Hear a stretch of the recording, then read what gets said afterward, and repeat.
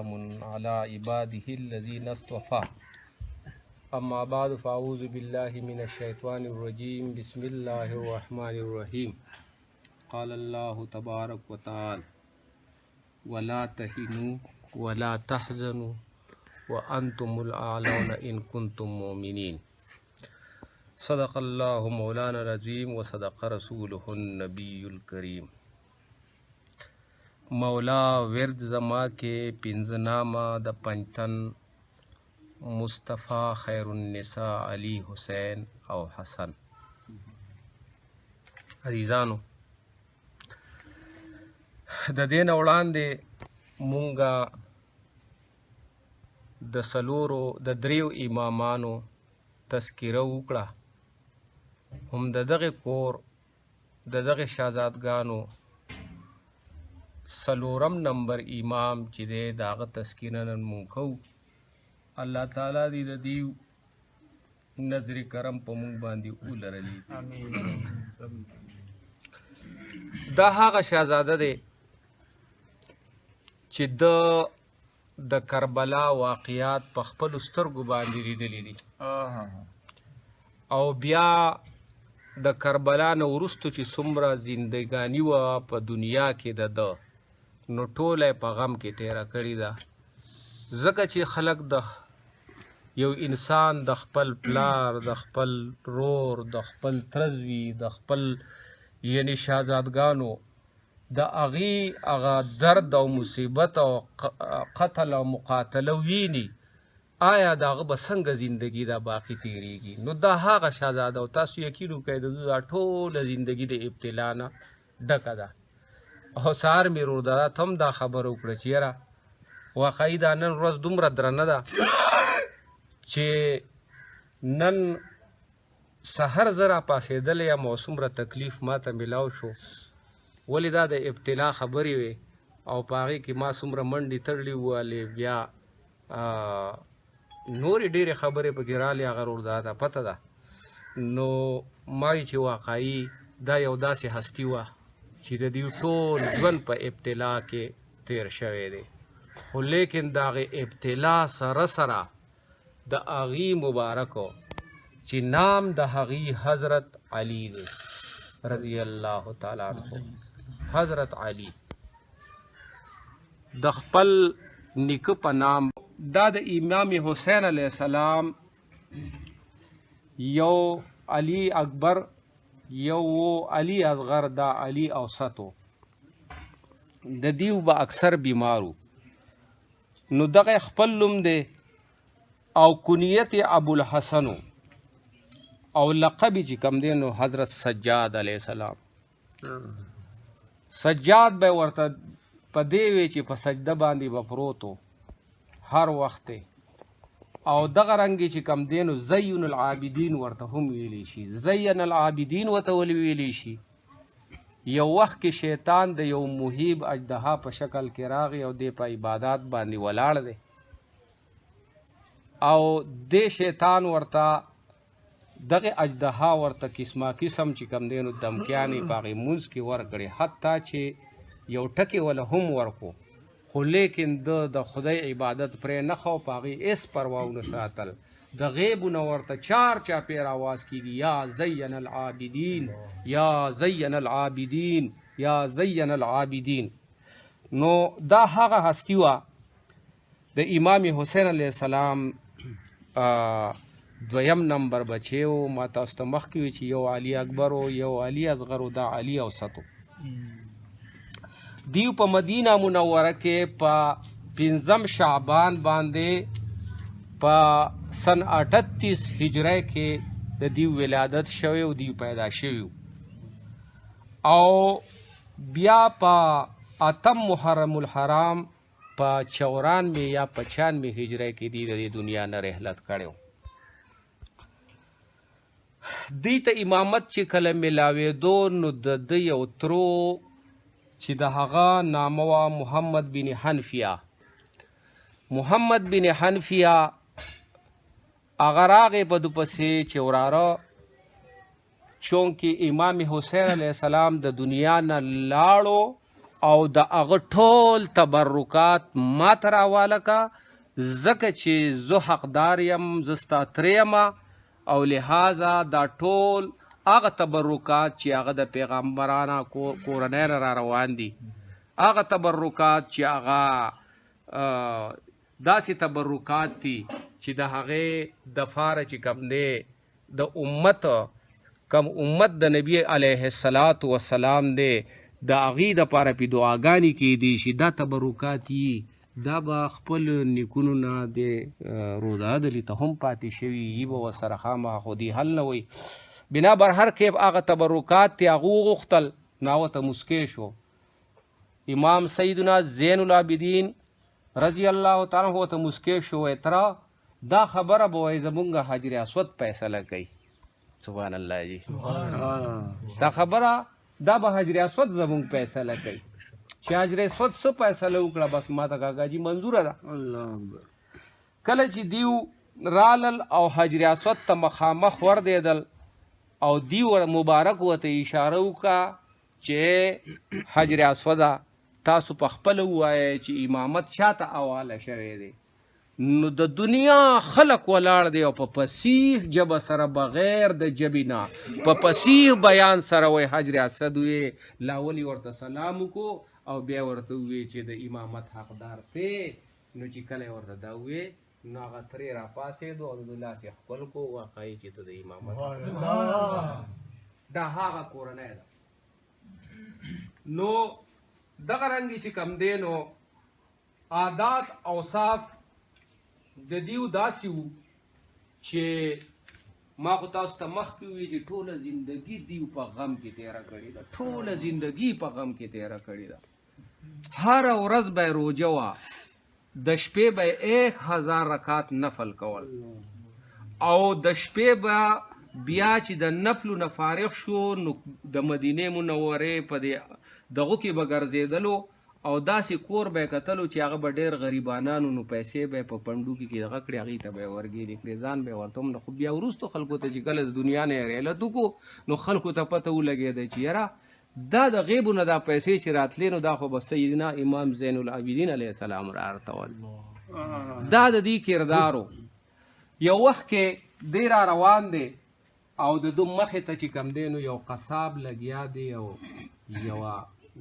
دغه چې کوم دی بیزه یې ریساره کړې او هغه دغه ذبحه کوي. هغه ورته لږ ودرېږه، چې کله ودرېدو وایي ای وروره تا دې له اوبو ورکړي، تا دې له ګیا ورکړې، وایي قربان 3 ورځې په مخه متواتر مې وله داسې اوبو ورکړي، داسې ګیا ورکړې ده. نو یې دغه وخت کې زه سترګو نه اوښکې لاړې چې دې بیزې ته دا یو ځناور دی خو 3 ورځې ورته چې کوم دی نو ګیا میلاویږي. او زما والد محترم زما امام حسین علیه السلام چې هغه 3 ورځې او 3 ورځې چې کوم دی نو مسلسل تګې او وږې چې کوم دی نو ظالمان و یزیدیانو چې کوم دی نو عزیزانو دغه رنګې د دیو نور هم ډېر کرامات د دیو کو تاسو وګورئ، هم دا وخت زموږ سره لږ کم دی نو موږ به دومره قدرې کوو چې یاره صرف د هغې هغه تذکره قدرې پکې وشي. یو وخت کې د ملګرو سره وایي په ځنګل کې روانو او چې کله ځنګل ته ورسېد نو یې مخامخ یو هوسۍ ولاړه وه. نو هغې هوسۍ ته یې ویې چې یو خپل خادم ته ویې خادمه ورشه دې هوسۍ ته وایه چې تا ته د موره به یې بیبي فاطمې سلام الله علیها نوسۍ آواز کوي، د علي شیر خدا زوی درته آواز کوي، د محمد رسول الله نوسۍ درته آواز کوي. وایي چې هرن هغه واورېدله، هوسۍ هغه واورېده، وایي په منډه راله او د ده خواته یې سره ټیټ کړو او یو شېبه ورسره ولاړه وه او بیا لاړه. نو یو کس ورته ووایي چې یاره تاسو ورته جي بیا آواز وکړئ، وایي بیا به راځي خو دا به ګورې په امن کې. خو چې کله هغه راله نو هغې کس پې لاس کې هغه واپس وتښتېده. نو دا هر څه که ګټې وې که زډاور وو که هر څه وو هغې په دې پوهېدل چې دا د چا اولاد دی، دا څوک دي، لہذا هېڅ چا ته چې کوم دی نو مخ نشو اړولی تر دې پورې چې هشام بن عبدالملک دا د عبدالملک بن مروان ظالم نوسیو یو وخت کې دی حج لراغی چې کله حج لراغی نو په حجر اسود باندې دومره ګڼه وه چې دو ته د بوسې یعنې د ښکلولو هغه موقع نه میلاوېدله چې کله نه میلاوېده نو دوله یو کرسی راوړه او یو طرف ته کېناست دیو ناستی په دې وخت کې چې کوم دی نو امام صاحب راښکاره شو امام سیدنا زین العابدین راښکاره شو او په دې کې دا خلکو ټیلو چې لرې شي امام صاحب را روان دی لرې شي امام صاحب را روان دی د دوی سره چې کوم هغه نوکرانو هغه ورته وایي چې صاحبه دا څوک دی نو ده دا ډېر حسد او دغه نه وایي دا زه نه پېژنم دا زه بلکل نه پېژنم نو فرض د عربی یو شاعر و هغه ورته راغی او په شعرونو کې ورته وایي که تی نه پېژني نو دا حجر اسود پیژنی که تی نه پیژنی نو دا مکه مکرمه پیژنی که تی نه پیژنی نو دا کائنات پیژنی که تی نه پیژنی نو دا ټول عالمي پیژنی دا یو څو په اشعارو په شکل کې په عربی کې ورته دا شعرونه ووې او د هغې نه پس چې کوم دی نو هشام بن عبدالملک هغه ولګېدو او هغه یې قید ته واچو چې کله یې قید ته واچو امام صاحب ورله دعا وغوښته خدای دې د دې قید نه آزاد کا ما خو تاسو ته ووایي چې د دې طاقت دومره دی امام غزالی صاحب رحمت الله علیه فرمایي چې دا خدای د ولی طاقت دومره دی څومره دی وایي دومره دی چې د خدای په اولیاو کې داسې خلک شته دی که هغه وغواړي نو دا اوواړه اسمانونه چوکړې چوکړې راګېلولی دومره طاقت ولا شي نو تاسو ووایئ چې بیا د کمکور نه اولیاء جوړیږي چې هغې پې لاس کېږدي چې ته ولي نو هغې کې بیا څه نه وي نو چې د هغې به څومره طاقت وي لہذا ما تاسو ته ووایي چې یاره دې څونه ابتلاګانې تېرې کړي هغې به په دک کې سوک لټاو هغې به په دک کې سوک لټاو په خفګان کې به یې خوشحالي او یقینا چې الو مومن جوړ شي چې دی د خدای په رضا او په قضا د خدای خپل رضا د الله په رضا کې چې کوم دی فنا کي نو دی ایله مومن جوړ شي اورېږه مونږ وایو نه خدایه چې زه څه ویم هغسې وکړه خدای وایي نه زما په رضا کې خپل رضا ته په دې هېڅ قسم چې کوم دی نه پروا مه کوه لہذا دا هغه کسان دي چې دوی خپل رضا چې کوم دی نو د خدای په رضا کې چې کوم دی نو پناه کړي وه نو هغه دعا سره سره هغه آزاد شو 12,000 درهم ورله ورکړل صاحب نو چې کله یې وله 12,000 درهم ورکړل نو هغو ته یې قربان ما د ډېرو بادشاهانو چې کوم دی نو دغه کړي دي صفتونه مې کړي او پکې مې داسې مې ویلي او هغسې مې ویلي او ستا ما حقیقت بیان کو او د خدای دپاره مې بیان کړی لهذا زه دا نشم اخیستی هغه ورته وایي تا چې څه ویلي هغه به له زما نیکه درکوي هغه به دله زما نیکه درکوي دا خو دله زه هسې یو دغه در کوم چې زه ډېر خوشحاله شوم لهذا سیدان چې چاله سور کې واپس یې تینه علي اورې که نه لهذا دا تاسو وال نو هغه ته بیا قبول یې کړې عزیزانو د هغه نوجوانو چې دی کله د کوفې نه روان شو او خپو ته یې ورله بیړۍ اچولې وې لاسو ته یې ورله هتکړۍ اچولې وې او دغه رنګې چې کوم دی نو دی د خپل اهل و عیال سره پیاده روان کړی عزیزانو کله چې دی ورسېدل لکه شاعر فرمایي وی زین العبید د شام په لاره مسافر روان دی زین العبید د شام په لاره مسافر روان دی او زینب یې زرې ښکلوه ستا نه اکبر روان دی سر ورکولو له هم شکله پیغمبر روان دی نو دیو مشر رور چې کوم دی د نبی علیه صلات وسلام په شکل مبارک او دیو مبارک چې و نو دی د خپل نیکه حضرت علی کرم الله وجهو په شکل باندې کله چې دی ورسېدل نو د یزید په دربار کې چې دی داخل شو نو یزید ورته وایي چې ستا پلار سوی چې کنې زما نوم دی په خطبو کې یادېږي ستا پلار سوی چې کني دا دې کېږي نن څه خبره ده ته وګوره هغه ورته وایي دا منبر چا کېښودی دا زما نیکه کېښودی که ستا نیکو کېښودی دی دا جومات د چا دی دا زما د نیکو او که ستا د نیکو حتی چې ډېرې خبرې وکړې ورته نو یزید پې دغه ورکړه چې یاره دې بهر وباسئ او قتل یې کئ چې کله یې دې بهر ویستو او قتلوې نو یو صاحبه ده هم د دغې کورنۍ د اهل بیتو هغه یو شعر وایي او د هغې شعر سره چې کوم دی د هغې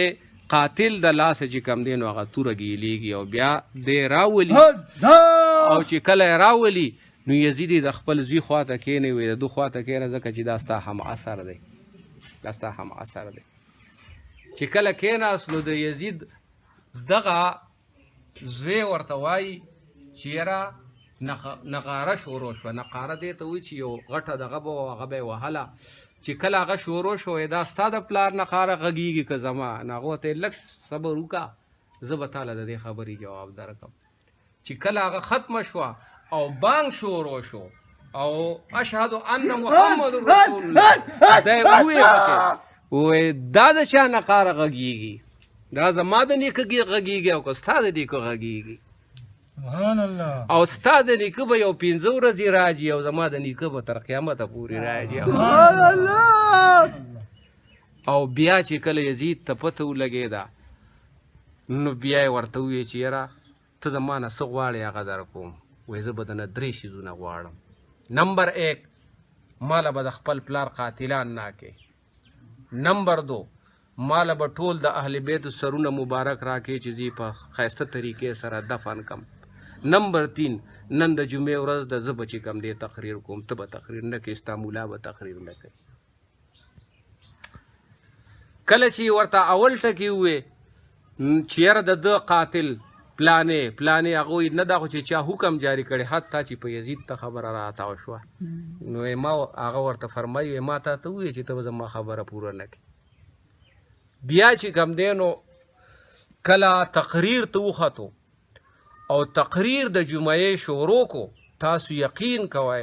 د هغې مسجد هغه مینارونه په دې خبره او دیوالونه په دې خبره ګواه دي چې هغې خلکو په مخونو باندې راکېښودي او ګریوانونه شلول په ځان یې راکېښودي او تر دې پورې چې ټول خلک د یزید په هغې یو تقریر باندې خلاف کېدو نو هغه مؤذن چې کوم دی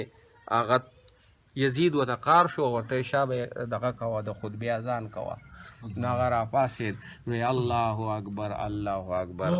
هغه وایي بلکل الله اکبر الله اکبر زما وینه او زما ویښتو د دې خبرې ګواهي ورکوي وایي اشهد ان لا اله الا الله وایي بېشکه چې الله یو دی شریکې بل نشته وایي اشهد ان محمد رسول الله وایي ودرېږه لږه ای خلکو زه ستاسو نه تپوس کوم چې دا د یزید نیکو او که دا زما نیکو د دې زه حقدار وم او که د دې حقدار و دې چې کوم دی د خلکو سره صحیح چې کوم دی نو دغه کولی شي ښه سلوک کولی شي او که زه کولی شمه نو بیا یزید چې کوم دی هغې موازن ته قار شو چې یاره مخکې ځه عزیزانو دا هغه هستي وه او بیا چې کوم دی نو ولید بن عبدالملک د ده د لاسه ورله زهر ورکړی شو او انا لله و انا الیه راجعون او د دې دنیا نه رحلت وکړو خو بیا به درته هم دا ویمه چې د ټوله زندګي په غم کې تېره شي و یقین وکړه که د چا یو خپل د هغه په مخ کې چې کوم دی د هغو نه وبهیږي نو هغه به سهل به وي او د ده په مخ کې د ټول چې کوم دی هغه چې نور او سپوږمۍ به ترې شرمېدل هغه استی چې نور او سپوږمۍ به ترې شرمېدل او هغه چې کوم دی نو په دغې لالونو باندې تیغ چلیږي نو یقینا چې د ده په زړه به څه تېره شوي نن چې موږ دا پروګرام کړی هم په ایصال ثواب د هغه په روحه باندې موږ دا پروګرام کړی څه چې مونږ ووایې الله تعالی دې مونږ له په دې د عمل کولو توفیق راکړي د هغې په در کې دې خدای قبول او منظور وګرځوي او د هغې نیک نگاه نیک کرم نیکه توجه دې الله تعالی په مونږ باندې ولرلېږي واخر دعوانا الحمدلله رب العالمین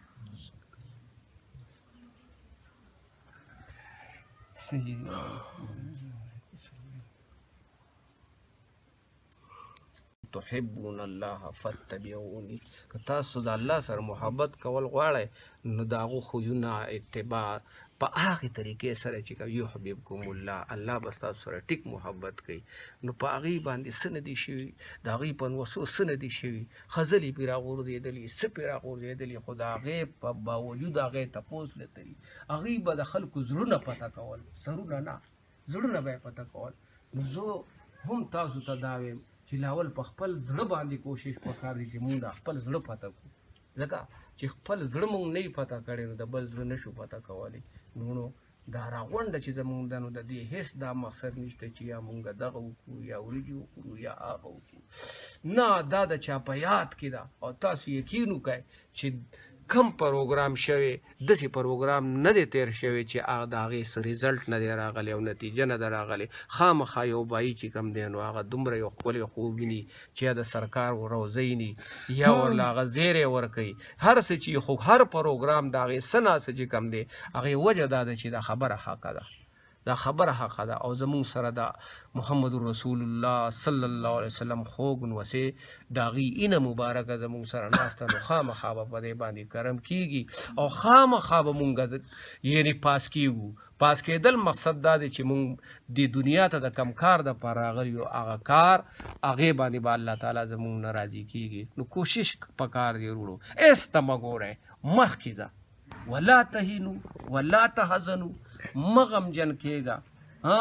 او مه ستړی کېږه، مه ستړی کېږه. ستړي چې کوم دی نو دغه بلکل مه ستړی کېږه، ولا تحزنو، مه غمجن کېږه، وانتم الاعلون ان کنتم مؤمنین، تاسو به اعلی یې خو که مؤمن شو. مؤمن څه دی چې هغه د محمد رسول الله صلی الله علیه وسلم سره مینه وساتي، د هغې د خاطره د هغې د اولاد سره مینه وساتي، دغه رنګې د هغې دپاره او چې کوم دی نو د ټول امت او د ټول مخلوق سره مینه وساتي. نو الله تعالی دې زمونږ زړونه زړه د لوی جهان نه لوی که تر عرش پورې که د لوی جهان مالک ورپکې ګورې، که باران د تړ مو اوښ کې پیو نه شي د امید غونچې به څنګه شي سمسورې. قادري شاکر د خدای په عنایت شه چې د هر یو فریادي د زړه ټکورې. نو خدای دې مونږ د هر فریادي د زړه ټکور وګرځوي، الله دې زمونږ مشکلات آسان کړي. وصلی الله تعالی علی خیر.